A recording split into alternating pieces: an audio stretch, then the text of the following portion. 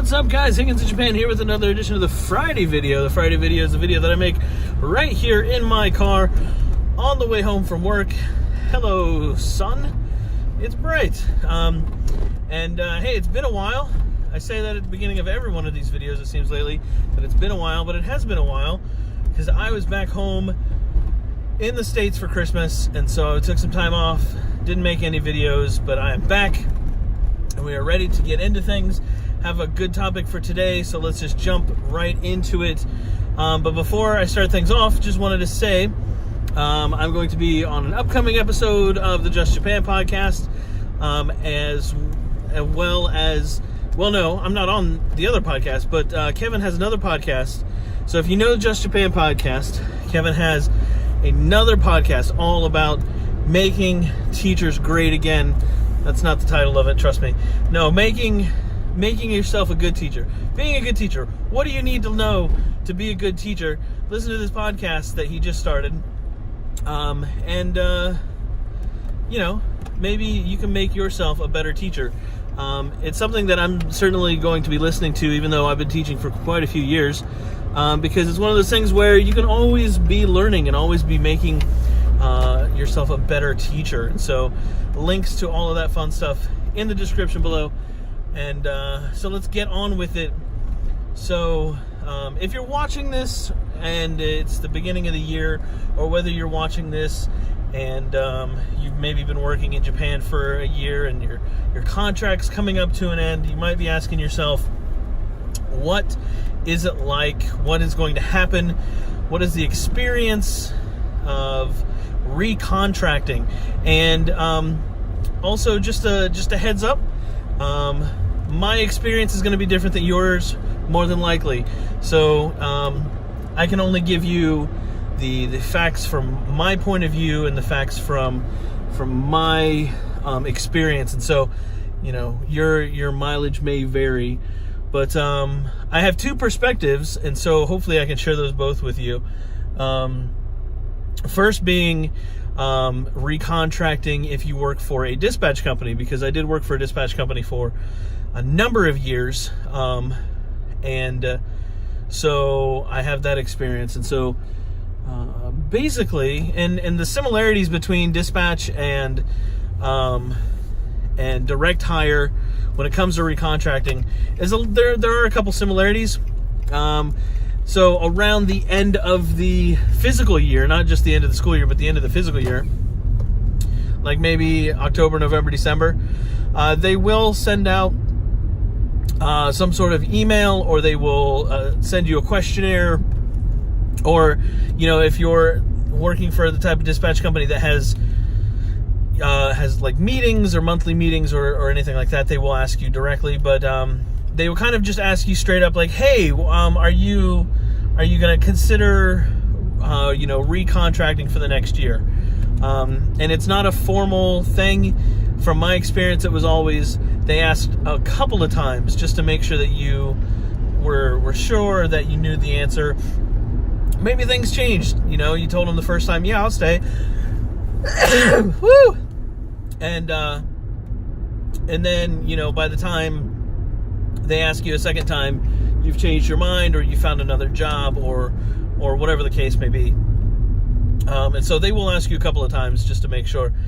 But it's not anything official unless you're actually signing a paper saying, yes, I'm contracting, and unless you're signing, it's usually just a verbal, just like, hey, this is kind of my intention.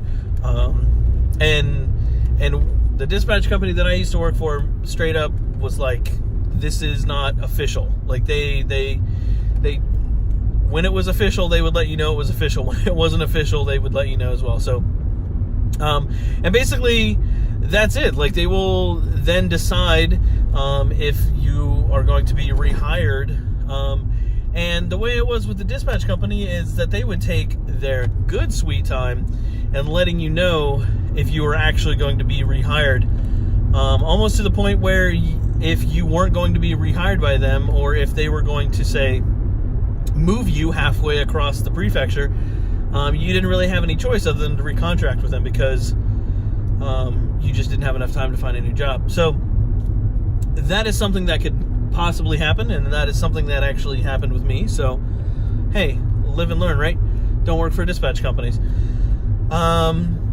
Yeah, so then they also made us write like an essay to the Board of Education, kind of trying to like prove that we should keep our jobs. It literally was like we were doing our manager's job, right? Like, he's the one that's supposed to convince the Board of Education that we should keep our jobs, not us. But hey, somebody's got to do his job. Yeah, like, we literally every year would have to write a letter of like, I went to festivals in town and I helped volunteer with this day, and on top of being a teacher and teaching, I also did these things in the community.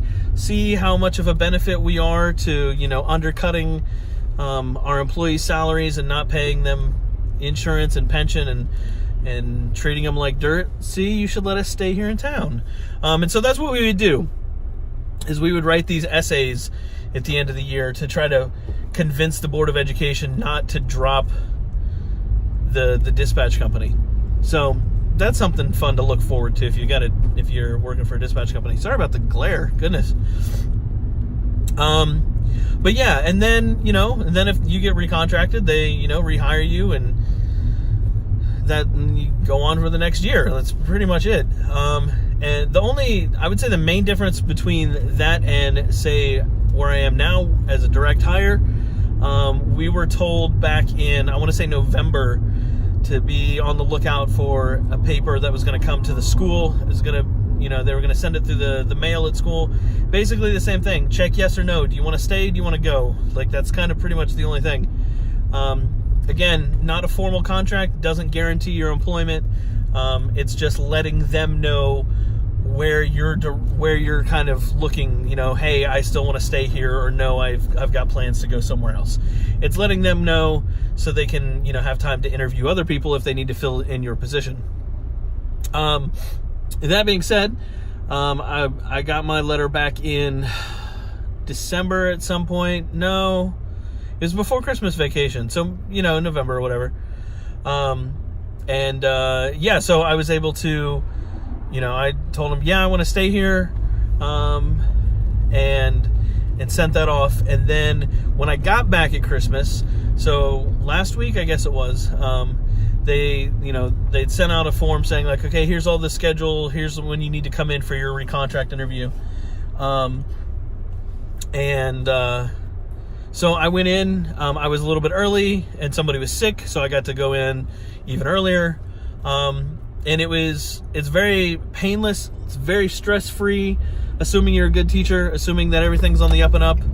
I literally went in, they said, hey, we want to offer you another contract for another year. If you want it, it's yours. Let me put my hand right there to block the glare, sorry. Yeah, do you want to stay working here? Yes or no?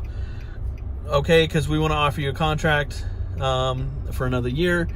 Here's some feedback from your schools or school, depending on, if you have multiple schools or not. And, here's some things that the school said about you. Maybe here's some things they liked. Maybe here's some things they didn't like.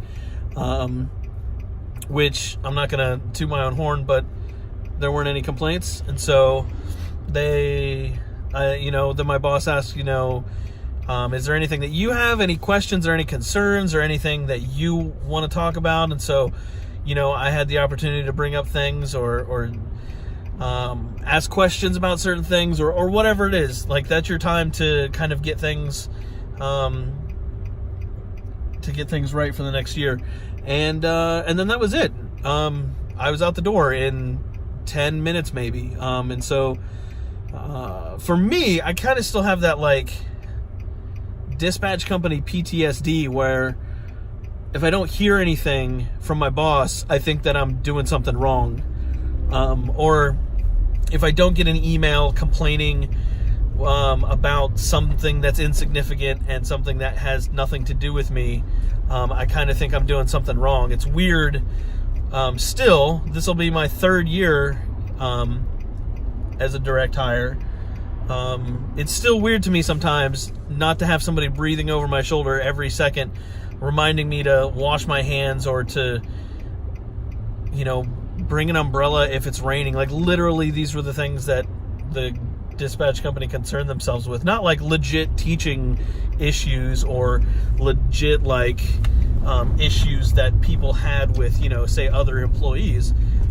They basically wasted all their time on insignificant things. And so I still get this weird feeling every time that I see my boss that, like, oh, he's gonna say something, and it's just not the case. If you're a good teacher, if you're doing your job, if you're doing what the teachers are asking of you, if you're working, if you're interacting with the students, if you're doing what you need to be doing, you're not going to have a difficult time.